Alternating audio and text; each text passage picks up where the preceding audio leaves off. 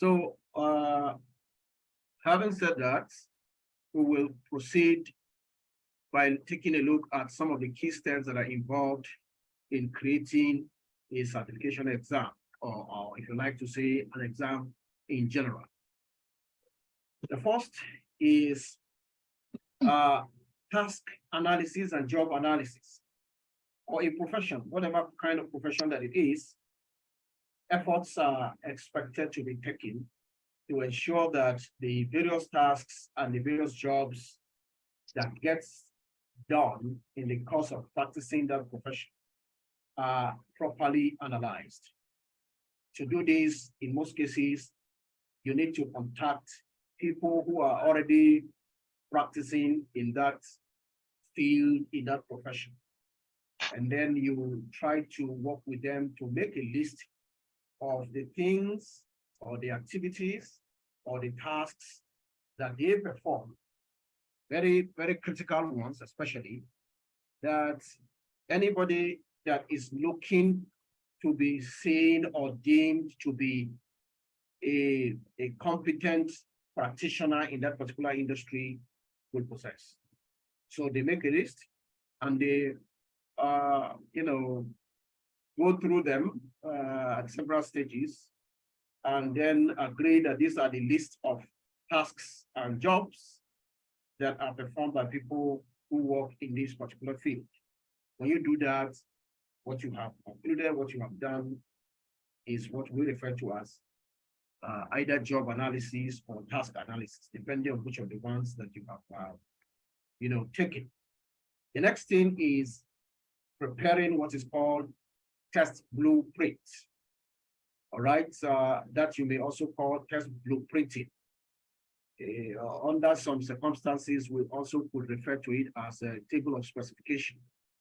Now, the test blueprint is a kind of a plan, if you like, a document in which you have presented all the contents that your exam, your test is supposed to address. In an educational setting, for instance, as far as the number of, in fact, even in a professional setting when we're developing tests for professions, as far as the number of items that will be coming out from each of the contents will also be made known in your test blueprint. By the time you are done, if a person who may not necessarily be present at the time when you design that blueprint, test blueprint, would see at a glance, one, the number of the number of topics, or you like to say contents, that the tests will be testing, or the exam will be examining people on. And also, he or she will be able to see how many items you will be having in that test in general. If there are 200, it will be seen. If they are 500, if they are 100, whatever number that they are, will also be seen. There is also one of the things that is looked upon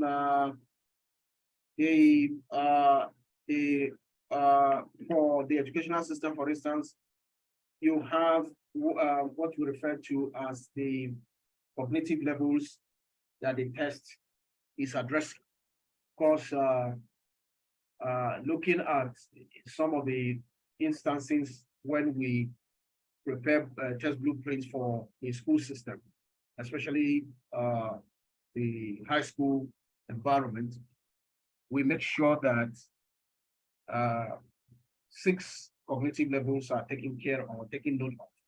We look at knowledge, we look at application, we look at analysis, we look at synthesis, we look at evaluation, and the likes. At least 6 of them.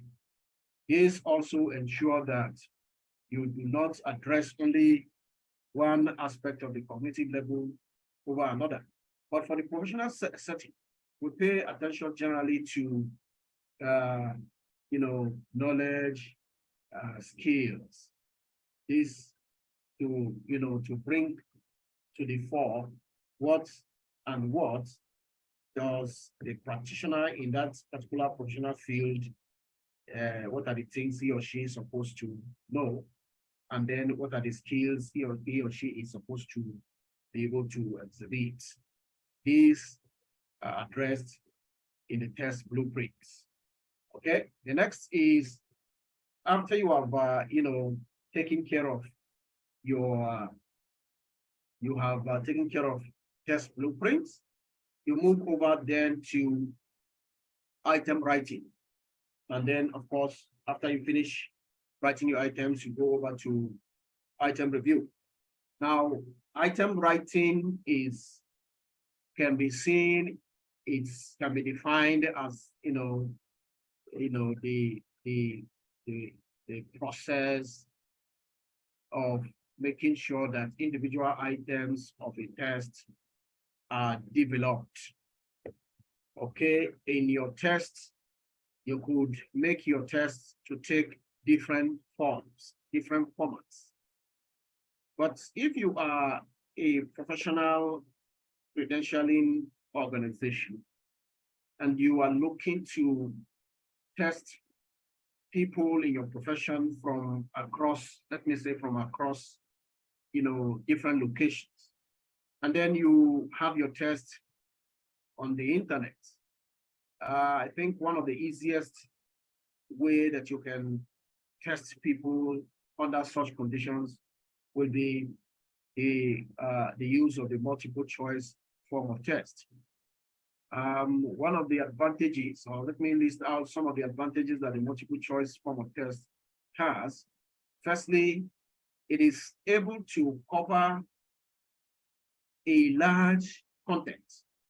This is because the responses that are expected of the testees is quite very simple or quite very short, because in the first place, for a multiple choice test, testees do not write extensively. They do not express themselves extensively in their attempt to solve the task that your item or that your test is expecting of them.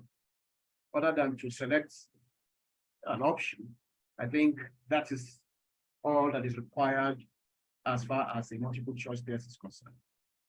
All right, so just because they do not need to express themselves extensively, and they are only expected to to make a choice out of a list that you have provided, you can make as many questions, as many items as you wish. And because of that, you are able to cover all, if you desire, all the topics that you intend to test them on. This is the advantage it has. Unlike the essay type, where the testee will be asked a limited, number of questions. This is based on the fact that he needs a long time to be able to express himself and bring his or her point to the table. So in a way that the examiner would be satisfied with, to the point that he or she will award him, the number of scores that are reasonable in commensuration with the answer supply. All right. So another thing is objective, multiple choice test is very, very objective. If the correct response to an answer, to a question is option A, anyone who picks that option will get the full marks for it. And anyone who fails to pick the correct option will be given 0 marks. There is no room for awarding partial scores in objective tests. So these two things would be one of the, some of the things that are the advantages that a multiple choice test brings to the table.